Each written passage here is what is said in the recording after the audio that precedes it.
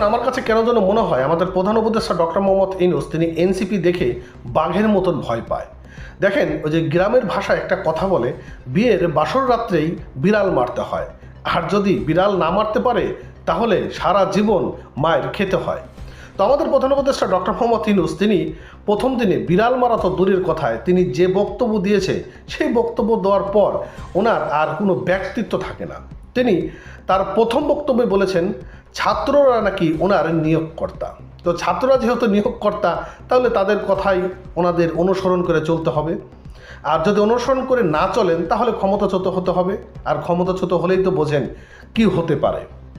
আপনারা জানেন যে আজকে নাহিদ ইসলামের সঙ্গে অর্থাৎ এনসিপির সঙ্গে আমাদের প্রধান উপদেষ্টা যমুনাতে একটা বৈঠক হয়েছে। সেই বৈঠকে প্রধান উপদেষ্টা ডক্টর মোহাম্মদ ইউনূস তিনি নাহিদের কাছে করজোরে অনুরোধ করেছেন। তিনি বলেছেন, জুলাই সনদে সই করুন, তুমি জুলাই সনদে সই করো, প্লিজ অনুরোধ করি জুলাই সনদে সই করো, করজোরে অনুরোধ করছেন। কিন্তু কেন, ওনার ভিতরে এত দুর্বলতাটা কোথায় লুকিয়ে আছে? একটা অন্তর্বর্তীকালীন সরকার, এটাকে বলা হয় বিপ্লবী সরকার, তার মধ্যে স্পৃহা থাকবে। তিনি যা সিদ্ধান্ত নেবেন সেই সিদ্ধান্ত ফাইনাল সিদ্ধান্ত হবে। কারণ এই গণ অভ্যুত্থানের যে সরকার তৈরি হয় সে সরকারটা অনেকটা স্পিড সরকার হয়, কিন্তু কেন যেন ওনার কাছে, আমাদের কাছে মনে হয় যেন একটি নেতিয়ে যাওয়া সরকার। উনি যেন কার কাছে ধরা রয়েছেন। তো কার কাছে ধরা রয়েছেন আপনারা তো জানেন। দেখেন, উনি ছাত্রদের কথাও ফেলতে পারতেছে না, পাশাপাশি আবার আওয়ামী লীগ দেখেও কিন্তু উনি ভয় পায়। কারণ তিনি মার্কিন যুক্তরাষ্ট্রে গিয়েছিলেন সফরে, সেই সফরে গিয়ে একটি বক্তব্যে বা একটি সাক্ষাৎকারে তিনি বলেছিলেন যে আওয়ামী লীগকে তিনি নিষিদ্ধ করেননি, সাময়িকভাবে স্থগিত করা হয়েছে। আবার তিনি দেশে আসার পর একটি বড় ধরনের চাপের মধ্যে পড়ে আছেন। কেন তিনি এই কথা বললেন, কেন এই বক্তব্য তিনি দিলেন? বিএনপির সঙ্গে বৈঠক হয়েছে, আজকে বিএনপির সঙ্গে বৈঠকে নির্বাচন প্রসঙ্গে কথা হয়েছে এবং বিএনপি বলছে ফেব্রুয়ারিতে নির্বাচন হতেই হবে।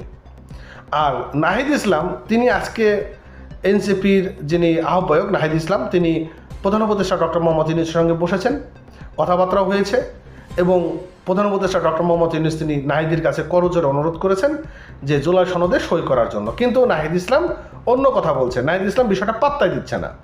বিষয়টা কি আপনারা একটু ক্লিয়ার হতে পারছেন যে আমাদের যে বাংলাদেশের যিনি প্রধান উপদেষ্টা রয়েছেন তার অবস্থাটা, তার ভ্যালুটা কোন অবস্থার মধ্যে রয়েছে?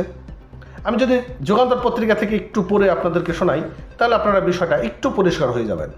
কি বলছে এখানে দেখেন, এনসিপিকে জুলাই সনদের সই করার আহ্বান জানিয়েছে সরকার। অন্তর্বর্তীকালীন সরকারের প্রধান উপদেষ্টা অধ্যাপক মোহাম্মদ ইউনূসের সঙ্গে সাক্ষাৎ শেষে সাংবাদিকদের এমন তথ্য জানিয়েছেন দলটির আহ্বায়ক নাহিদ ইসলাম। তিনি বলেছেন, জুলাই সনদ সম্পর্কে তারা আমাদের সনদের সই করার আহ্বান জানিয়েছেন। এর আগে বিকাল 5:15টায় প্রধান উপদেষ্টা বাসভবনে যমুনায় পৌঁছিয়েছেন জাতীয় নাগরিক পার্টি এনসিপির শীর্ষ 4 নেতা এবং তারা হলেন আহ্বায়ক নাহিদ ইসলাম, দলটির উত্তরাঞ্চলের মুখ্য সংগঠক সার্জিস আলম, জ্যেষ্ঠ যুগ্ম আহ্বায়ক সামান্তা শারমিন এবং যুগ্ম আহ্বায়ক খালেদ সাইফুল্লাহ। এর আগে গতকাল মঙ্গলবার সন্ধ্যায় বিএনপির মহাসচিব মির্জা ফখরুল ইসলাম আলমগীর সঙ্গে তিনি বৈঠক করেছেন। আর জুলাই সনদ সই করার ব্যাপারে নাহিদ যেটি বলেছেন যে ঐতিহাসিক জুলাই সনদের স্বাক্ষরিত বিষয় জাতীয় নাগরিক পার্টি সিদ্ধান্ত জানিয়েছেন যে দলটির আহ্বায়ক নাহিদ ইসলাম তিনি বলেছেন যে জুলাই সনদ বাস্তবায়ন কিভাবে হবে সেটা সম্পর্কে নিশ্চয়তা পাওয়ার পরেই আমরা স্বাক্ষর করব। আর নাহিদ ইসলাম বলেছেন যে আমরা জুলাই সনদ নিয়ে কথা বলেছি, যেহেতু জুলাই সনদ স্বাক্ষর অনুষ্ঠান আয়োজন হয়েছে এবং জাতীয় নাগরিক পার্টি সেখানে অংশগ্রহণ নেননি, ফলে আমরা আমাদের অবস্থান সরকারের কাছেও তুলে ধরেছি, ঐক্যমত্য কমিশনের কাছেও আমরা তুলে ধরেছি। আমরা সেই কথাগুলোই পুনরাবৃত্ত করেছি। জুলাই সনদের শুধু কাগজ কলমেই আমরা বিশ্বাসী না, এটি কিভাবে বাস্তবায়ন হবে সেটা সম্পর্কে নিশ্চয়তা পাওয়ার পরে আমরা স্বাক্ষর করব। তো বিষয়টা এরকম যে যখন এই যে ইউনূস সরকার তারা নতুন একটা অনুষ্ঠান করলো, কি জন্য ভুলে গেলাম আর কি, ওই এনসিপির সকল নেতাকর্মীরা কক্সবাজার ট্যুরে গিয়েছিল।